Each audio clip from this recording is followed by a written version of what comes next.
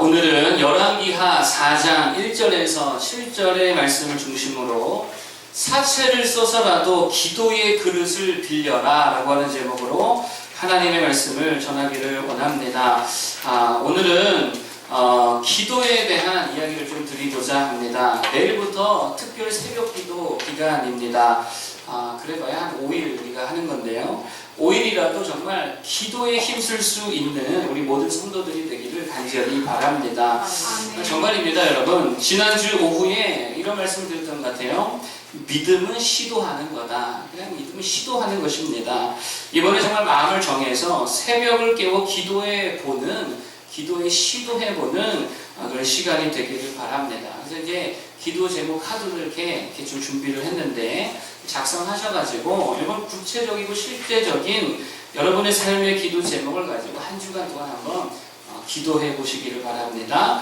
아무쪼록 이번 한 주간의 특별 기도를 통해 정말 기도 드린 대로 응답되어지는 그런 놀라운 하나님의 역사와 기적을 맛보는 이번 한 주간이 되기를 간절히 소원해 봅니다. 오늘 본문의 스토리를 잠깐 살핀다고 한다면 엘리사라고 하는 위대한 선지자가 있었고 당시 엘리사를 따르던 선지생도 제자들이라고 할 수 있겠죠. 그 제자의 그룹이 있었다라고 하는 것입니다. 그런데 어느 날 그 제자 중에 한 사람이 죽게 되었다라고 하는 것이죠. 그 제자에게는 아내와 두 아들이 있었는데 아마도 보통 지금도 사역자들 이렇게 가난하니까 그때도 그랬겠죠. 그래서 살아생전에 생활이 어려워서 빚을 좀 진 것 같습니다. 그런데 이제 이 가장이 죽고 나니까 빚 갚을 능력이 되지 않아서 빚쟁이들이 몰려와 아들을 노예로 삼고자 했다라고 하는 것이죠. 그래서 이 문제를 가지고 엘리사 선지자에게 오늘 이 여인이 찾아왔다라고 하는 것입니다. 여러분, 우리가 이 부분에서 먼저 한 가지 알아야 할 것이 있는데 그게 뭐냐면 지금 엘리사를 찾아온 여인의 기도 제목이 엄청 거창하거나 엄청 영적이거나 엄청 하나님의 나라와 뜻을 위한 어떤 거대 담론적인 그런 게 사실 아니었다라고 하는 거예요. 그냥 삶의 아주 치열한 문제였다라고 하는 것입니다. 아들의 문제였고요, 자녀의 문제였고요, 경제적인 문제, 가난의 문제였고 되게 삶의 실제적인 문제를 들고 나왔다라고 하는 거예요. 우리가 좀 이것을 기억했으면 좋겠습니다. 종종 제가 이렇게 기도합시다 이렇게 권면 드릴 때가 있어요.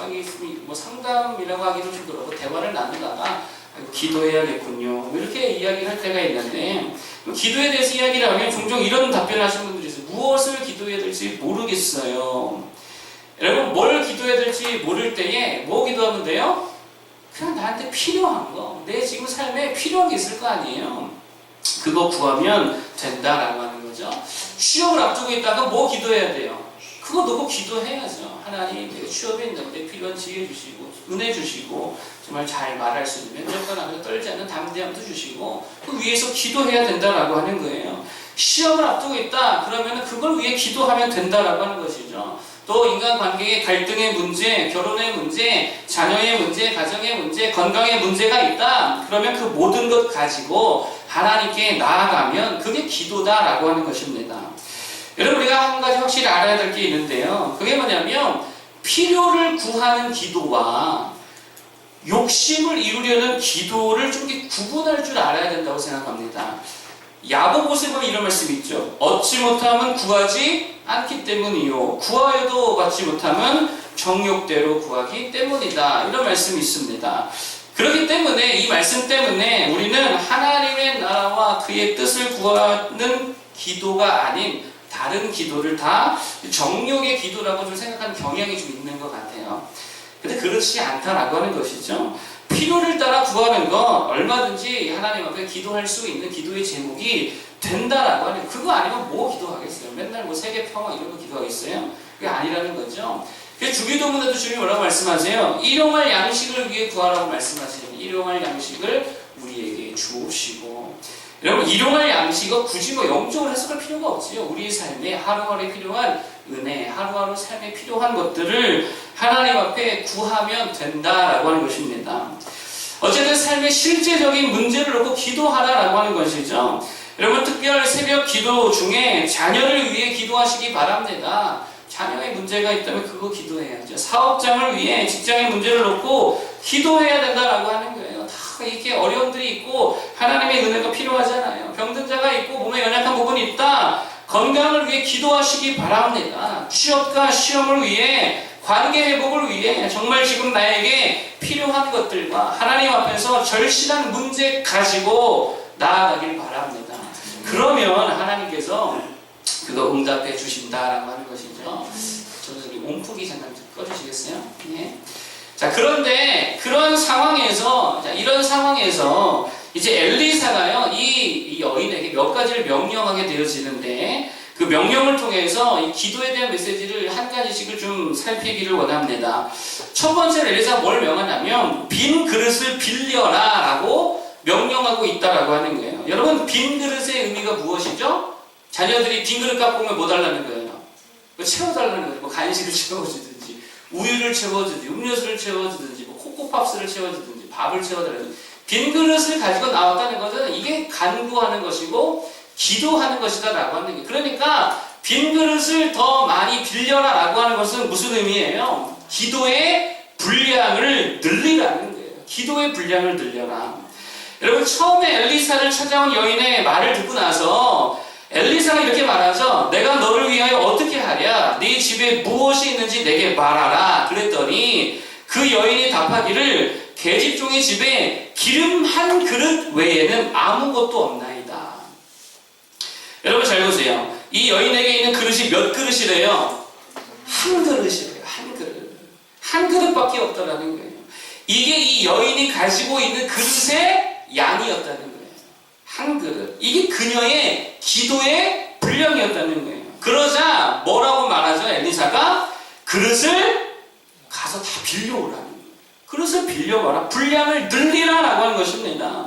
여러분, 우리도 우리의 기도의 분량이 있지요. 어떤 사람은 한 그릇의 분량, 어떤 사람은 두 그릇의 분량, 어떤 사람은 10그릇의 분량, 시간으로 따지면 어떤 사람은 일주일 내내 기도 한 2분 하는 사람도 있을 테고, 어떤 사람은 1시간 정도 할 테고, 어떤 사람은 뭐 2시간, 어떤 사람은 10시간.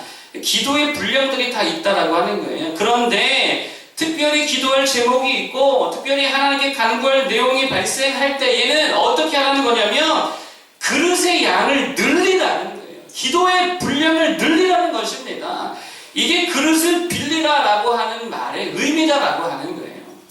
여러분, 우리는 각자가 가진 그릇의 양, 믿음의 양이 다 다르잖아요. 어떤 사람은 한 그릇의 믿음, 어떤 사람은 10그릇의 믿음을 가지고 있어요. 그래서 이 평소에 가지고 있는 그릇의 양만큼만 은혜를 받으며 살고 있다는 말씀이죠.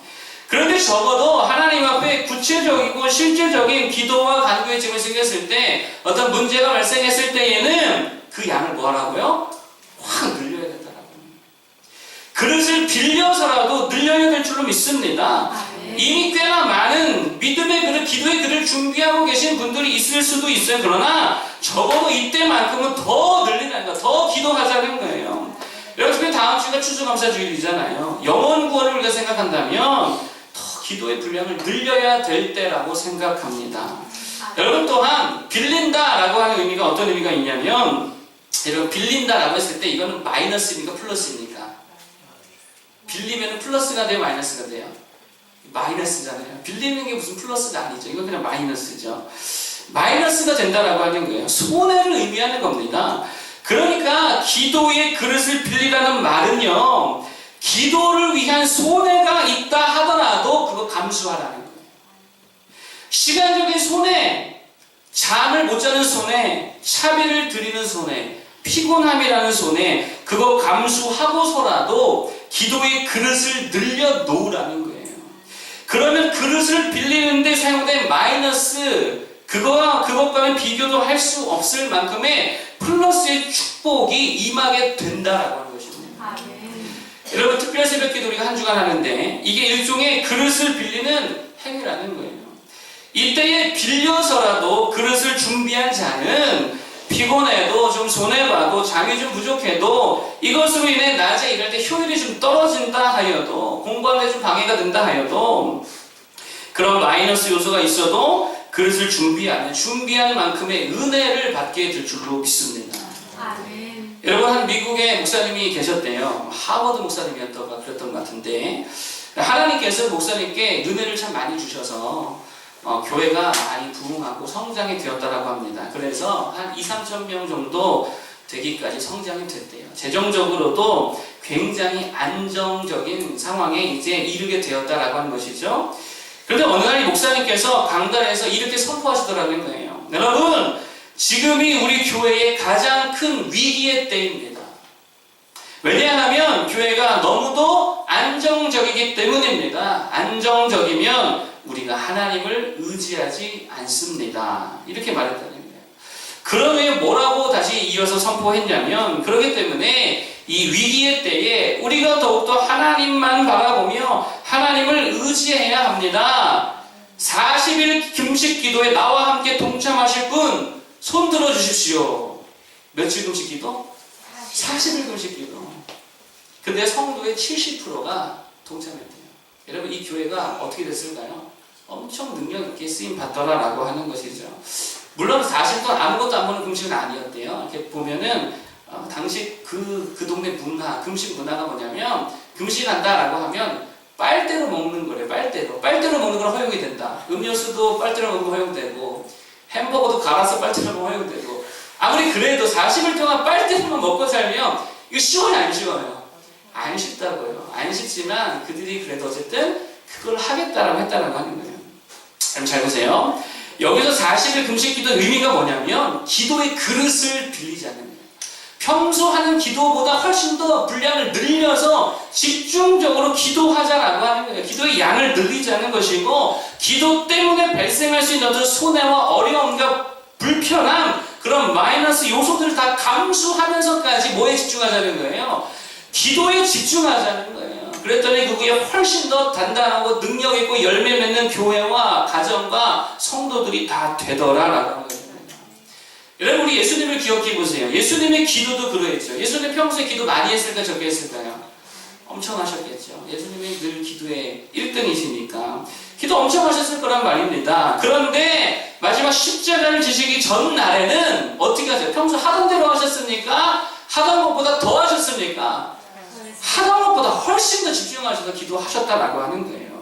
기도의 그릇을 엄청 빌리셨고 기도의 분량을 엄청 늘리셨다라고 하는 거예요. 그래서 땀방울이 핏방울이 되기까지의 마이너스를 다 감수하면서까지 기도의 분량과 용량을 늘리시고 온전히 사명을 감당하시더라라고 합니다. 여러분, 기도의 그릇을 더 준비하시기를 바랍니다. 빌려서라도 준비해야 돼요. 사채를 써서라도 더 빌려야 된다라고 하는 거예요. 여러분, 이 한 주간 동안 평소의 기도의 분량을 뛰어넘으시기 바랍니다. 더 기도해야 된다라고 합니다. 주의 은혜가 필요한 만큼 더 한번 해보자라고 하는 것이죠. 여러분, 이것을 작정했으면 좋겠습니다. 하나님, 한 주간 동안 새벽을 깨워드리겠습니다. 작정하고 한번 해보는 거예요. 하나님, 평소보다 1시간 더, 아니 30분이라도 더 기도해 보겠습니다. 여러분, 그러면 반드시 응답이 될 줄로 믿습니다. 여러분, 그 정주영 회장님이 해봤냐? 이 말 되게 많이 했다 그러죠. 해봤냐?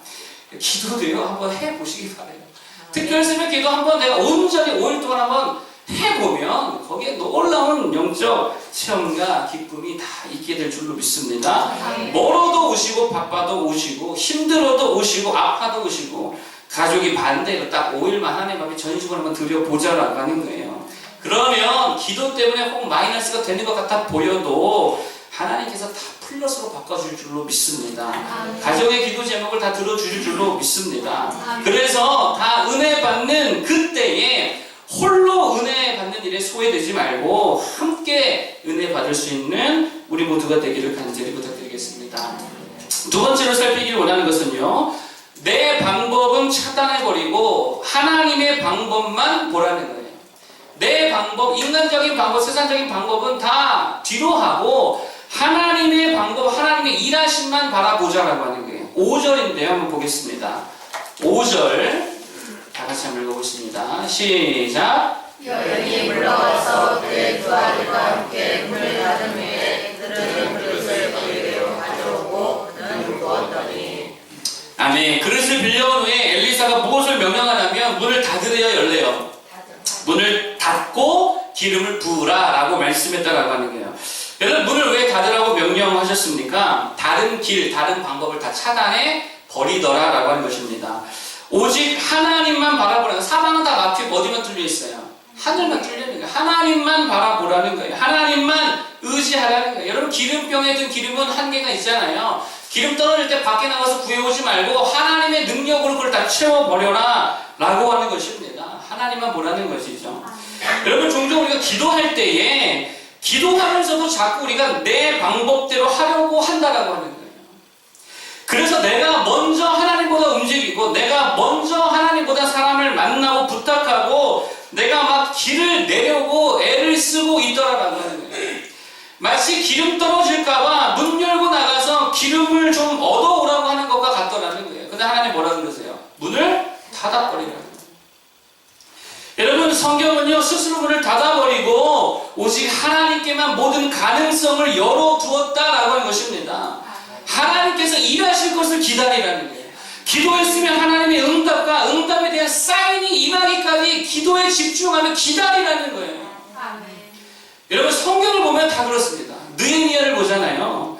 느헤미야에 보면 페르시아에서 포로 생활을 느헤미야가 하고 있던 귀족 중에 한 사람이었어요.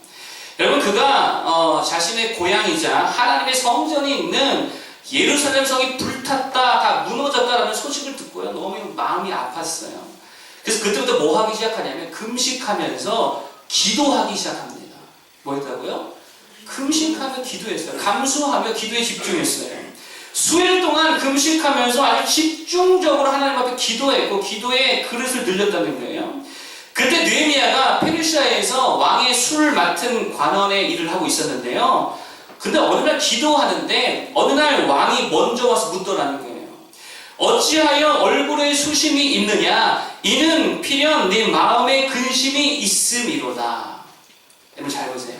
느헤미야가 먼저 가서 왕이여, 내가 간청할 게 있나 이랬습니까? 아니면 기도만 했는데 왕이 와서 이렇게 요청했다는 거예요. 기도만 했는데 하나님의 사인이 먼저 임하더라는 거예요. 하나님의 일하심이 먼저 있더라는 거예요. 에스더도 마찬가지죠. 에스더서를 읽어보십시오. 유다 백성들이 하만이라는 사람의 음모 때문에 다 죽게 생겼습니다. 그때 에스더의 오빠라고 할 수 있는, 삼촌이라고 할 수 있는 모르드게가 에스더에게 왕에게 가서 네가 왕비니까 어떻게 좀 해보라고 말했다는 거예요. 그때 에스더가 모든 유대인들에게 마찬가지 금식하며 기도합시다. 나도 금식하며 기도하겠습니다. 라고 말하고 왕께 나아갔다는 거예요. 근데 왕께 가서 왕이여, 내가 소원이 있습니다. 우리 백성을 구원해 주세요. 말했어야 하면 그냥 나아갔어요. 그냥 나아갔는데 왕이 먼저 묻더라는 거예요. 왕후 에스더여, 그대의 소원이 무엇이며 요구가 무엇이냐? 내가 나라의 절반이라도 그대에게 주겠노라. 하나님이 먼저 앞서 가셔서 일하고 있더라라고 하는 것입니다. 여러분, 하나님의 그 사인을 보고 움직이라는 거예요. 여러분, 저도 마찬가지 제 얘기를 잠깐 드리면, 제가 2006년도에 이제 학부에서 신학교 공부를 하고 있을 때였습니다. 2006년도에 하나님 앞에 한 가지 소원이 생기더라고요. 하나님이 주신 소원이었던 것 같은데, 하나님께서 소원을 주셔서 기도하기 시작했습니다. 그게 뭐였냐면, 2007년도 신학대학교 채플 찬양 인도자가 되었으면 하는 이 마음의 소원을 주셨어요. 그런데 그때 당시에 제가 기타를 배운 지 얼마 안 됐거든요. 그리고 뭐 예수 믿은 지 회심한 지 얼마 되지 않았기 때문에 멘트를 잘 할 줄도 모르고 기타를 잘 할 줄도, 찬양 인도에 대해서 이렇게 좀 능숙하게 잘 하지 못할 때였습니다. 근데 하나님이 마음을 부어주셔서 그냥 기도만 했습니다. 근데 그때 어떤 마음이 들었냐면 이런 마음이 들었어요. 하나님, 제가 그들을 찾아가서 제가 한번 해보겠습니다. 나에게 맡겨주세요 라고 말하지 않겠습니다.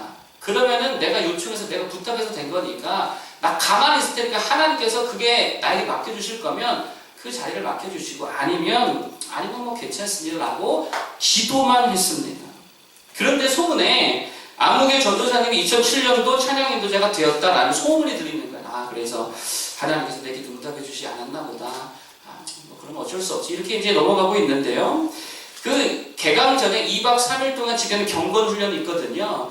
그 경건 훈련에 갔는데 그 찬양인도자가 찬양인도를 하지 않고 예배부 차장이 그때 찬양인도를 하는 거예요. 되게 못하거든요, 찬양인도를. 하여튼 기도인도를 열심히 하면서 이렇게 하는 거예요. 그래서 야, 뭔 일이 있나? 그리고 제가 그냥 또 생각을 했죠. 그러고 나서 나서 이제 개강을 하게 되어지면 연초에 개강 집회를 또 한 연속으로 며칠 동안 하게 되어집니다. 개강 집회를 참여했는데 이번에도 찬양 인도자가 없는 거예요. 그러더니 그 예배부 차장이 또 막 이렇게 고군분투하면서 찬양 인도를 하고 있는 거예요.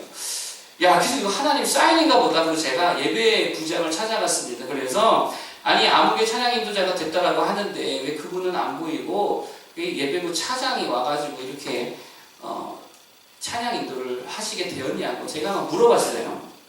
그랬더니 뭐라고 말씀하시냐면 원래 그 전도사님께서 하기로 했는데 사정상 갑자기 못하게 되었다라고 하는 거예요. 그랬을 때 그들이 예배부 안에서 그들이 기도하다가 하나님 앞에 응답을 받았는데 그게 뭐냐면 우리도 찾지 말자. 하나님께서 보내주실 사람이 올 때까지 찾지 말고 기도만 하자. 그런데 기도하는 중에 제가 거기 갔다라고 하는 거예요. 그러더니 저한테 말하기를 비파월수금 출신이고 제가 예배팀 출신이니까 혹시 찬양인도 맡아줄 수 있겠냐고 요청이 와가지고 저도 그거 내용 가지고 기도를 하고 있었다고 해가지고 둘이 같이 박수 치면서 아이고 하나님이 서로 이렇게 기도에 응답해 주셨다고 해서 그분과 저랑 두 손을 꼭 잡고 그 자리에 기도하고 하나님께 감사하고 그 한 해 동안 제가 신학대학 채플 인도를 맡게 되었던 적이 있다라고 하는 거예요.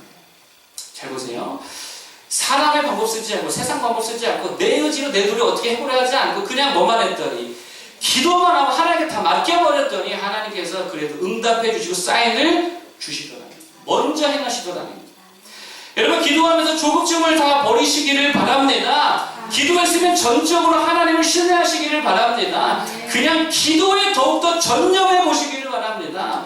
그러면 하나님 편에서 사인을 주신다고요. 하나님께서 먼저 행하시는 표지를 주신다라고 하는 거예요. 그때 가서 그 응답 붙들고 나아가면 평안하게 모든 일들이 다 진행되게 될 줄로 믿습니다. 아멘. 역사가 그렇게 이루어진다라고 하는 거예요. 그렇게 할 수 있는 모두가 되기를 바랍니다. 그럼 마지막 세 번째로 말씀드리기 원하는 것은 뭐냐면 그렇다면 그 기도의 결과라는 것입니다. 그렇게 그릇을 빌려다가 문 꽉 닫은 채로 하나님의 방법을 구했더니 6절에 보니까 한번 읽어보겠습니다. 6절. 자, 6절을 다 같이 한번 읽어보겠습니다. 시작. 그릇에 다 찬지라 여인이 아들에게 이르되 또 그릇을 내게로 가져오라 하니 아들이 이르되 다른 그릇이 없나이다 하니 이름이 곧 그쳤더라. 아멘. 그릇에 다 뭐했다? 다 찼더라. 여러분 하나님께서 그 필요를 다 채워주셨다라고 하는 것이죠. 기도했더니 기도의 분량을 늘려서 집중적으로 기도했더니 하나님께서 다 응답해 주시더라. 여러분 우리가 정말 5일 동안 새벽을 깨워서 또 작정을 하고 기도의 그릇을 빌려서 손해를 감수하면서까지 그렇게 기도하며 또 세상 의지하지 않고 세상 방법 내 방법 따라가지 않고 하나님만 바라면 하나님이 그 모든 필요를 채우시고 기도에 응답해 주실 줄로 믿습니다. 아멘. 자, 그런데 여기서 더 중요한 거 한 가지가 더 있어요. 그게 뭐냐면 필요를 다 채우시고도 남았다 안 남았다? 남았다. 필요를 다 채워주셨어요. 노예로 팔려갈까 그 문제 해결해 주셨어요. 그럼에도 불구하고 남았다라고 하는 거예요. 남는 은혜가 있었다라고 하는 거예요. 저 여기에 좀 주목하길 원합니다. 남는 은혜가 있었다라고 하는 거예요.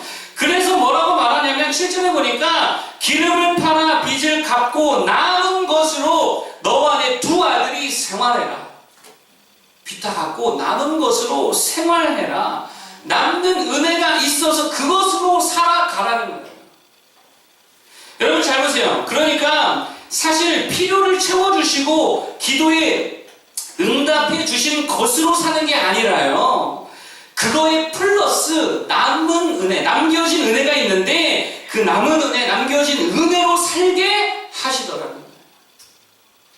여러분 이게 더 중요하다고 생각합니다. 문제 해결만 되면 살 것 같지만 여러분 우리 인생이 그렇지 않다라고 하는 게 문제 해결되면 또 다른 문제 계속 발생하잖아요. 더 중요한 게 뭐냐면 살아갈 힘을 받는 거고 살아갈 능력을 받는 이게 더 필요하다라고 하는 거예요.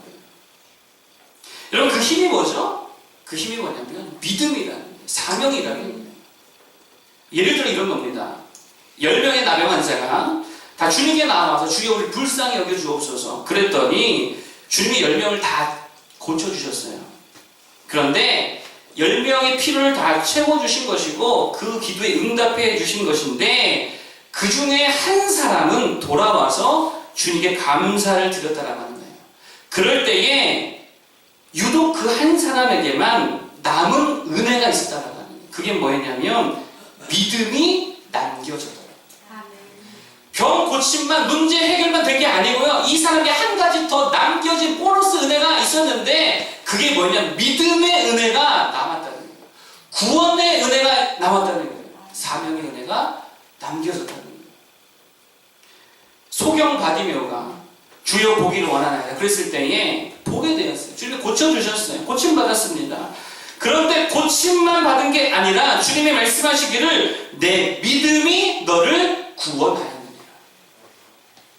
필요를 채워주신 것 외에 남아진 은혜가 있더라는 게 그게 뭐냐면 믿음이 남겨졌다는 게 구원이 남겨졌다는 거예요. 그 남은 생을 뭘로 사는 거예요? 그 믿음 가지고 살아가게 됩니다. 사도행전의 미문의 안진뱅이가 요한과 베드로에게 돈을 요구했어요. 동냥했어요. 근데 그때 베드로가 이렇게 말합니다. 금과 은은 내게 없지만 내게 있는 걸 하나 있는데 그걸 내게 주겠다. 곧 나사렛 예수 그리스도의 이름으로 일어나 거려라. 그랬더니 일어났어요, 안 일어났어요? 일어났어요. 그런데 중요한 것은 그가 건강을 얻은 그 건강의 힘으로 나머지 인생을 산 게 아니라는 거예요. 건강 가지고 나머지 산 게 아니라 예수 그리스도를 믿는 믿음 가지고 살았다는 거예요. 여러분 이게 중요한 것입니다. 따라서 기도의 가장 큰 유익이 뭐냐면 기도 응답 자체보다 그 기도를 통하여서 예수 그리스도를 알게 되어지고 기도하다가 회개가 터져나오게 되어지고 기도하면 믿음이 자라고 구원받는 은혜까지 더하여져 받는다라고 합니다. 여러분 이게 가장 큰 기도의 유익이다라고 합니다. 여러분 결국 그게 우리를 계속 살게 하는 원동력이 되는 줄로 믿습니다. 남겨진 은혜가 뭐냐면 여러분 우리 모두가 기도 응답만 받는 자들이 되지 말고 그 남은 은혜까지도 받는 자들 되기를 바랍니다. 아멘. 여러분 필요만 채워지는 거 사실 그거 아무것도 아니라는 거예요. 병고침 받았는데 생각해보세요. 병고침 받았어요. 건강해졌어요. 근데 건강한 몸으로 다시 죄를 짓는 일을 계속한다. 그거 아무것도 아니라는 거예요. 취업시켜줬더니 기도해서 응답해줬더니 돈 버느라 하나님 기억도 못하고 늘 일만 하더라. 아무 유익이 아니라는 거예요. 그러나 병고침 받아서 받은 건강으로 감사하면서 이제 믿음으로 주의 일을 하면 건강으로 하는 게 아니고 믿음으로 살아가게 되면 얼마나 복된 일이냐면 하나님 주신 물질로 하나님과 이웃과 선교를 위해 아름답게 쓰임 받으면 이게 단순히 취업에 성공한 문제 차원을 넘어서서 얼마나 복된 일이 되겠느냐라고 하는 거예요. 여러분 기도 응답만 받지 말고 믿음 충만하시기 바랍니다. 기도하다 구원도 받고 기도하다 사명도 받고 하나님 나라를 위해 살아갈 수 있는 인생들이 다 될 수 있기를 축복합니다. 이게 진짜 기도를 통해 얻는 유익과 축복이라는 거예요. 이성봉 목사님이라고 계셔서 이성봉 목사님 되게 옛날 분이신데 이분이 원래 불신자였습니다. 근데 어머니가 굉장히 신실하신 분이셨대요. 1920년 되게 옛날이죠. 1920년 6월달 어느 주일날 과일을 장에 내다 팔려고 이 청년이 그때 당시 청년이라고 할게요. 청년이 길을 나섰는데 어머니가 붙들고 간곡히 말리더라는 거예요. 얘야 오늘은 주일이니까 교회에 가자. 과일은 내일 팔아도 괜찮지 않겠냐고. 그러자 아들이 말하기를 오늘 넘기면 과일이 다 문드러져서 못 팝니다. 이러고 그거 그냥 고사했다는 거예요. 그래서 어머니께서 또 말했어요. 그런 손해는 얼마든지 다시 회복할 수 있다고. 그러나 지금 네 영혼이 손해나고 있다고. 그러자 아들이 뭐라 그래요? 아들이 보통 이런 말들 뭐라 그러죠? 아유, 내가 회개해야겠네. 이러지 않지요. 이랬다는 거예요. 나는 그런 영혼 손해는 별로 생각하지 않는다고. 그건 별로 염려가 되지 않는다고. 아주 교만을 떨더라는 거예요. 그리고 평양장에 가서 과일을 팔았는데 그날따라 장사가 되게 잘 돼서 가지고 간 과일 다 팔았다는 거예요. 그래서요 막 희희낙낙 즐거워서 콧바람을 부르면서 노새 젊어서 노새 노래를 부르며 내려오고 있는데 갑자기 다리 허벅다리에 통증이 오더라는 거예요. 그러더니 조금 지나니까 큰 대바늘로 막 찌르는 것보다도 더 극한 고통이 오게 됐다는 거예요. 그래서 급히 병원에 가서 진찰을 받았더니요 검사를 받고 골수염 진단을 받은대요. 골수염. 지금도 이거 이렇게 뭐 만만한 병 아니잖아요. 근데 당시 병원에서는 이거 다리 자르지 않으면 안 된다고, 안 그러면 죽는다고 다리를 자르자는 거예요. 근데 그 수술 비용도 만만치가 않아서요. 그게 감당이 안 돼. 수술도 못하고 그냥 죽을 날만 기다리며 있었다라고 하니. 그러니 그 마음이 얼마나 절망이 되겠냐는 거예요. 그제서야 자신의 어머니께 뭘 요청하냐면 엄마, 날 위해 기도 좀 해주세요. 기도 요청을 하더라고요. 엄마, 나를 좀 용서해 주세요. 그리고 나를 위해 기도 좀 해주세요. 내가 죄인이라고. 살 수만 있다면 내가 회개하고 예수 믿겠다고. 그렇게 3년을 꼬박 기도하며 지냈다는 거예요. 결국 3년 만에 완쾌가 되었다라고 하는 것이죠. 여러분, 이 3년 동안 기도하며 말씀 보면서 근데 믿음이 자랄까요, 안 자랄까요? 엄청 자랐다는 거예요. 그래서 병고침만 받은 게 아니라 3년이 지나고 나서는 믿음도 받고 구원도 받고 사명도 받아서 건강을 회복한 후에 바로 어디 갔냐면, 어디 갔겠습니까? 감사하니까 신학교 갔다는 거예요. 내가 주의 좀 되겠다고. 신학교 들어가서 목회자가 되어서 일평생을 정말 귀하게 사명 감당하더라는 거예요. 여러분 잘 보십시오. 기도 응답만 받은 게 아니라 그에게 남겨진 더 큰 은혜가 있었다라고 하는 거예요. 뭐가 남겨졌어요? 믿음이 남겨졌지요. 구원하심이 남겨졌지요. 사명이 남겨졌지요. 그리고 그 기도의 능력이 고스란히 그에게도 남겨져서요. 나중에 그가 사역하면서 얼마나 많은 사람을 고치며 그것으로 많은 이들을 또 구원했는지 모른다라고 하는 거예요. 한 번은 무당 할머니 집에 가서 전도하러 갔다가 그 할머니가 7년 동안 못 고칠 질병이 있더라는 거예요. 그래서 부적 같은 거 이거 다 불태워버리고 나랑 기도하자 그러면 살 수 있다 그래가지고요. 그 자리에서 다 처단해버리고 같이 기도했다는 거예요. 그랬을 때 이 할머니의 질병이 고쳐졌을까요? 안 고쳐졌을까요? 뚝딱 고쳐졌거든요. 그래서 그 무당 할머니가 예수 믿는 사건이 기록이 되어 있더라고요. 여러분, 이 목사님을 살게 하는 힘이 어디서 나왔습니까? 병 고침받은 건강에서 나온 거 아니라는 거예요. 문제 해결 받은 거 그거에서 나온 게 아니라는 거예요. 그것을 통하여서 주신 남겨진 은혜, 남겨진 믿음, 남겨진 하나님의 그 놀라우신 능력과 은사와 그 은혜로 살게 되더라라는 것입니다. 여러분, 우리가 집중하여 그릇을 빌려다가서라도 기도할 때에 기도 응답만 받는 게 아닙니다. 필요만 채워지는 게 아니라는 것입니다. 거기에 남겨지는 더 귀한 은혜가 있다라고 하는 것이죠. 이번 특별히 새벽 기도를 통해 기도 응답은 물론이거니와 그 외에 남겨진 은혜가 있어서 믿음이 남겨지고 사랑이 남겨지고 가족 구원이 남겨지고 사명이 남겨져서 그것이 우리를 살게 하는 원동력이 되기를 간절히 부탁드리겠습니다. 세 가지 말씀드렸어요. 첫 번째, 기도의 분량을 늘리자. 기도의 그릇을 빌려가는 거예요. 손해가 있어도 마이너스 되는 것 같아도 무조건 기도의 그릇을 더 준비하시기 바랍니다. 시도해보세요. 그러면 하나님이 다 채워주십니다. 두 번째, 하나님만 바라보고 눈 꽉 닫아버리고 하늘만 열려있는 기도를 드려줄 줄 믿습니다. 기도하면서 세상 방법 쫓지 말고 내 생각대로 하지 말고 기도에 전념하며 하나님의 사인을 한번 기다려보세요. 그러면 분명히 확실한 표지의 사인을 주시게 될 줄로 믿습니다. 세 번째, 기도에는 남겨지는 더 큰 은혜가 있다는 거예요. 기도 응답뿐만 아니라 믿음이 남고 구원이 남고 사명이 남아 여러분, 그게 우리의 인생을 이끌어가게 될 줄로 믿습니다. 그러면 정말 힘있는 그리스도의 삶을 다 살게 된다라고 하는 것이죠. 기도하여 이 놀라운 은혜를 경험하는 이번 한 주간이 되기를 간절히 부탁드리겠습니다.